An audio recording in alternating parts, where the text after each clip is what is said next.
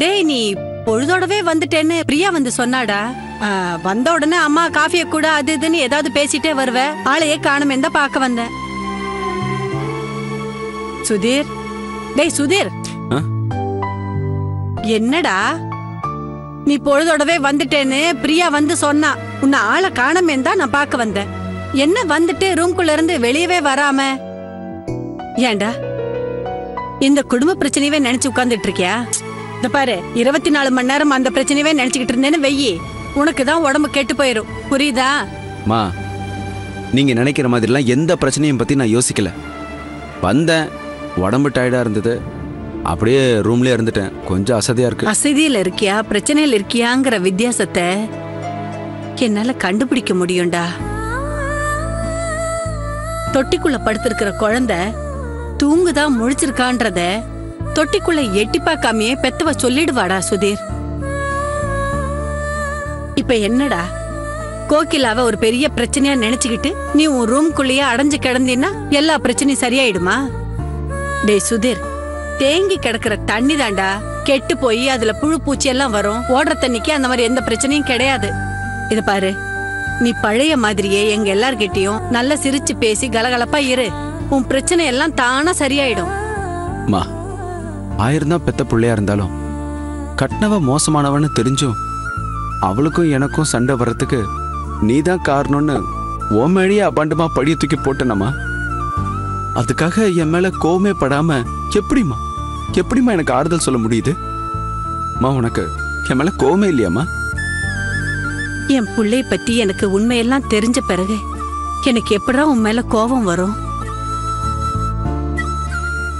கோகிலா அன்னைக்கு இருந்த கோவத்துல நம்ம குடும்பத்து மேல போலீஸ்ல புகார் கொடுத்து நம்ம குடும்ப மானமெல்லாம் காத்துல போயிருமேங்கிற பயத்துலதான் நீ அவளை சமாதானப்படுத்துறதுக்காக எல்லார்கிட்டயும் நீ அப்படி நடந்துகிட்டேங்கிற உண்மை சந்தியா என்கிட்ட சொல்லிட்டாடா. ஏண்டா சின்ன சின்ன விஷயத்துக்கு கூட கோவப்படுவ நீ. அன்னைக்கு எவ்வளவு பொறுப்பா பொறுமையா நடந்துகிட்டதெல்லாம் பார்க்கும்போது அம்மாவுக்கு ரொம்ப பெருமையா இருக்குடா.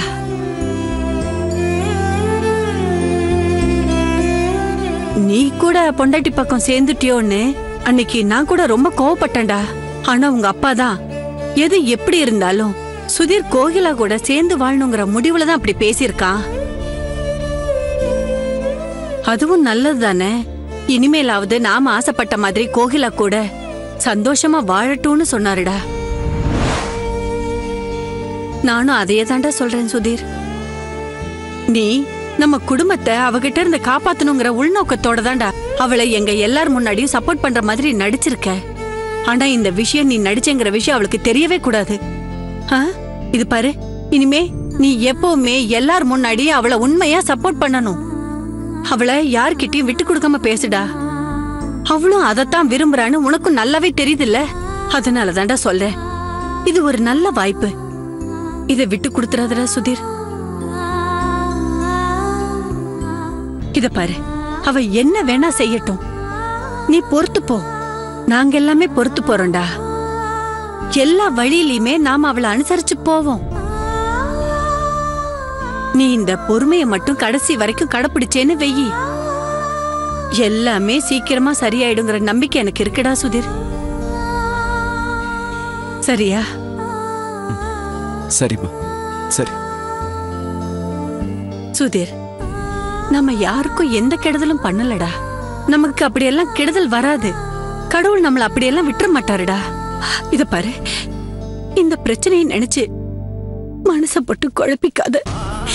முகமெல்லாம் எப்படி வாடி போயிருக்கு பாரு. இத பாரு, நீ போய் குளிச்சிட்டு வா.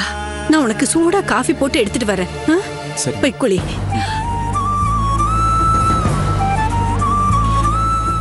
உங்க மருமக கோகிலாவுக்கு தெரியாத உண்மைன்னு எதுவுமே இல்லம்மா. எல்லாமே அவளுக்கு தெரியும். பாவம், உங்களுக்கு தெரியதான் வாய்ப்பே இல்லை. அது வரைக்குமாவது நீங்க சந்தோஷமா இருக்க.